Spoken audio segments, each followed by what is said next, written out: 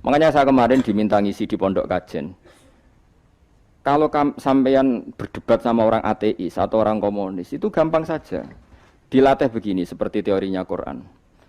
Ya nanti saya teruskan ini tak ulang lagi ya. Saya ulang lagi ya.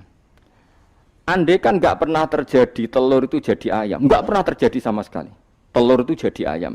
Terus kamu mengasih tahu orang tadi, telur ini loh nanti jadi hewan yang hidup terus terbang. Mesti dia bilang mohal. Mau benda mati kok nanti jadi benda hidup yang terbang ngalor ngidul. Berhubung sering terjadi dan dia pun tidak ikut bikin, bilang mungkin. Paham ya? Saya ulang lagi ya. Berarti dia bilang mungkin karena sering apa? Terjadi dan dia lihat. Andai kan pertama kali nggak ada telur sama sekali yang jadi ayam. Terus pengalaman pertama di dunia belum pernah terjadi. Kamu kasih tahu telur ini nanti jadi ayam terus terbang. Orang ini bilang muhal enggak? Muhal. Berhubung sering terjadi bilang enggak? Nah berarti kita nanti bangkit dari kubur gampang saja bagi Allah. Cuma belum pernah terjadi kamu mengatakan mukhal. Nah makanya otak kita harus dibenahi. Makanya jogeman percaya ambek yang pernah kita lihat, yang sering kita lihat. Percayalah dengan akal, tapi akal waras loh.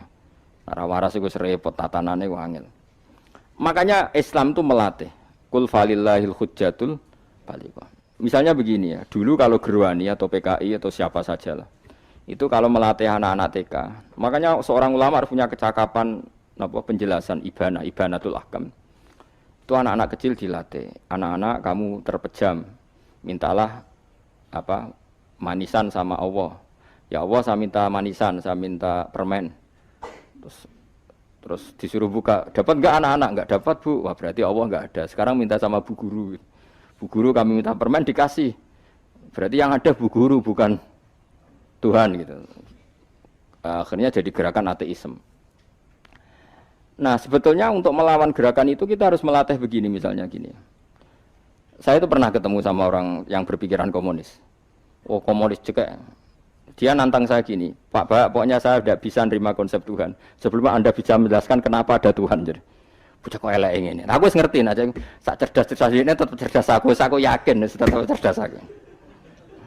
Rasanya selain raine seram meyakinkan, tak pikir tetap cerdas. Kulo nu kan wong Quran nggih, artinya punya pikiran panjang.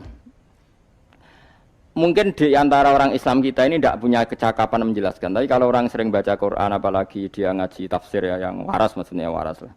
Terus rapati seneng duit, barang ini penting ya. Kalau seneng duit, mari goblok. Yakin, ulama seneng duit, mari goblok, tak jamin. Umpama alim wis kelas B, kelas C gak bisa, tahqiq gak bisa. Kalau tahu dikandani kanca kula riyen ambek jenengan udah saya kaca akeh. Lah kena apa? Cok seneng duwe kula. Duwe masalah bagi ulama. Ora duwe luwih masalah kan ya. Maksudnya ora usah seneng tapi aja terus gak duwe. Sekarang saya tanya, Quran itu melatih kita gini. Quran itu sederhana kalau ngelatih tauhid, tapi orang pasti ingat. Kata Allah gini, enggak apa-apa, saya ndak Tuhan enggak apa-apa, kamu yang Tuhan. Tapi buktikan kalau kamu Tuhan. Caranya gini. Am khalaqus samawati wal ardi. Ya enggak apa-apa, kamu yang Tuhan enggak apa-apa, tapi buktikan kalau kamu menciptakan langit bumi. Mereka pasti ikrar, ya enggak mungkin saya menciptakan bumi, yang saya lahir sudah ada bumi. Yesus lahir sudah ada bumi, enggak mungkin Tuhan. Terus Tuhan membuat pertanyaan kedua, am khuliqu min ghairi syai'in. Ya sudah, kalau saya enggak Tuhan lalu enggak ada Tuhan, berarti alam raya ini tercipta oleh sesuatu yang enggak ada. Aneh enggak? Misalnya sebelum alam raya ini enggak ada Tuhan. Berarti sebelum alam raya ini kan adanya nihilisme, sesuatu yang enggak ada.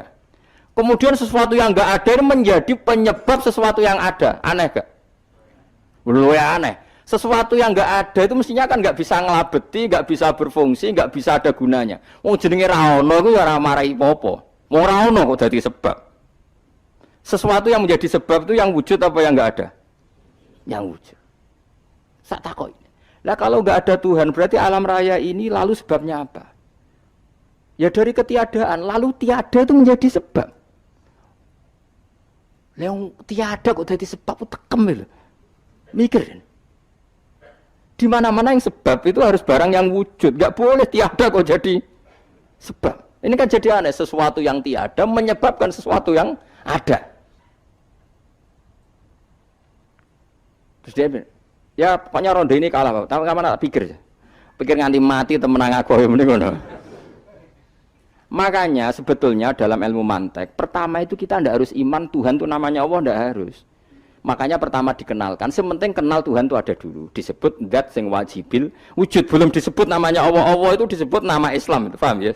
Saya ulang lagi, Allah disebut itu nama Islam. Tapi kalau penemuan akal hanya sampai kita ini butuh zat sing wajibil wujud, sing menjadi penyebab semua alam raya ini. Di bahasa Arab disebut musabbibul asbab. Belum menyebut Allah musabbibul asbab. Islam pun pertama Iqra turun ya gak nyebut Allah. Iqra bismi rabbikal ladzi khalaq, khalaqal insana min 'alaq. Iqra wa rabbuka. Tuhan itu siapa? Yang mencipta. Nah, yang mencipta ini oleh syariat Islam disebut Allah. Tapi dalam logika yang penting kowe kenal sik ana musabbibil asbab. Pastikan bahwa alam raya ini yang wujud pasti disebabkan sesuatu yang ada. Enggak boleh barang wujud kok diciptakan oleh sesuatu yang tidak ada. Wong gendeng ora barbar, barang ra ono mbok sifati al-khaliq. Sing gawe langit bumi apa? Pencipta. Penciptane apa? Sesuatu yang tidak ada. Kowe ikhlas diutek ngono kowe ikhlas ta ora? Gak kowe ikhlas ta ora diutek ngono kowe ikhlas ta. Kowe gelem dadi bodho ngene. Gelem kan? Mboten. Nah, nikmat ngono jenenge nikmat batin. Mulane sing suwenang mbek kalimat la ilaha illallah. Wes ana sing bid'ahno Allah iku wong nganggur wis beno sak uni-unine. Tapi kadang memang kita berlebihan. Tahlilan rabar-bar matang puluh dina ini rabar-bar. Muka alasan wis disangoni akeh tahlil sedih lho sakake penggemar sing keselen sing nantuk sangu ya butuh cepet. Lane cara kula niki penting kula utaraken nggih. Kowe nek ora cocok tahlilan 40 dina wis ngomong ae kira cocok model harinya. Tapi ki aja menolak kalimat la ilaha illallah iku disifati Kanjeng Nabi kalimat thayyibat. Wong Nabi wis nyifati thayyibah, kalimat yang suci kok nyifati bid. Soal kira cocok wong sebut. Misalnya kamu bilang saja wong mati wis sangu amale lha apa didongakno barang. Nek kowe pengen ndonga ora usah ndonga. Wis ora usah biasa wae. Kula lah mbok dongakno ya ora seneng. Gak meyakinkan. Karo dene mlebu swarga butuh dongamu ora ono swarga fadhole pangeran apa mbok dongakno barang. Ya tapi kowe donga aku ya seneng. Senenge ya semau lah timbang nyanyi-nyanyi rame-rame sadok donga. Mbok mandi mbok ora pokoke donga. Saya ulang lagi ya. Makanya Quran itu melatih logika sampai seperti itu. Am khalaqus samawati wal ard bal la yuqinun. Sampai terus diulang-ulang. Am khuliqu min ghairi syai'in. Kalau mereka merasa Tuhan enggak apa-apa, tapi buktikan mereka ini wujud sendiri tanpa sebab. Atau begini, kalau mereka tidak tahu sebab pencipta langit bumi, mereka sendiri suruh yakin kalau mereka adalah penciptanya. Amhumul khaliqun, enggak apa-apa. Ya tapi masih Abu Jahal gendeng lah, masih Abu Lahab ngawur lah, nak takoki, ya wes pangeran kowe wae sing gawe langit bumi. Penggemarnya saja pasti tertawa. Mosok Abu Lahab darani pencipta langit bumi, wong lahire wae ning bumi. Tapi Quran oleh gojlok am khalaqus samawati wal ardo. Apakah mereka menciptakan langit bumi? Bala yuqinun, mereka pun tidak pernah yakin. Jadi itu pangeran. Makanya di mana-mana orang alim itu suka debat. Karena pangeran sendiri kalau menjelaskan kebenaran seringnya juga nantang debat. Kata Allah, "Qul ara'aytum ma tad'una min dunillah aruni madza khalaqu minal ardi am lahum syirkun fis samawat." Enggak apa-apa mereka Tuhan kata Allah, tapi buktikan zaman langit diciptakan mereka memberi kontribusi apa? Apa urun bego, apa urun cagak, apa piye lah pas aku gawe langit iku dekne urun apa jare am lahum syirkun fis samawat. Misale urun apa lah? Urun tol ta urun apa lah. Itu pangeran. Mereka kan pasti menjawab enggak. Terus itu nih kita bimbing qobliyada. Kalau kamu enggak percaya Quran sebagai kitab buah enggak apa-apa, tapi buktikan kamu punya kitab tandingan. Enggak, mereka enggak punya juga. Atau gini, enggak usah Quran, ke sakralan. Au atharatim min ilmin, atau kajian ilmiah yang membuktikan bahwa Yesus itu Tuhan, atau yang membuktikan bahwa berhala itu Tuhan. In kuntum shodiqin, enggak apa-apa kalau kamu benar buktikan. Nah itu makanya semua nabi itu punya kecerdasan, karena tadi nabi kadung nantang itu nih bi kita bimbing qobliyada au atharatim min ilmin in kuntum shodiqin. Tapi sekarang orang alim soleh itu jarang. Sing ngono anggere wong soleh rapati ngalim, anggere sing alim biasanya rapati soleh. Lah kula termasuk rontok-rontok ya isih rontok soleh ya rontok, tapi lumayan masih menjaga hujjatullah tadi. Sebab itu ulama dulu mengajarkan Allah itu siapa? Disifati zat sing wajibil wujud. Karena alam ini kadung ada. Kalau alam ini kadung ada, pasti penyebabnya sesuatu yang wujud. Tapi kalau wujudnya mungkin, bahaya. Wong sing gawe wae wujude trimo mungkin bisa wujud bisa Makanya dipermanenkan yang gawe alam ini zat sing wajibil wujud. Sing wujudnya wajib. Wajib itu nggak bisa enggak pasti wujud. Nah, terus kita kenal itu namanya khaliq, itu musabbibil asbab, itu khaliqul asya. Lalu oleh Islam zat yang demikian itu disebut Allah.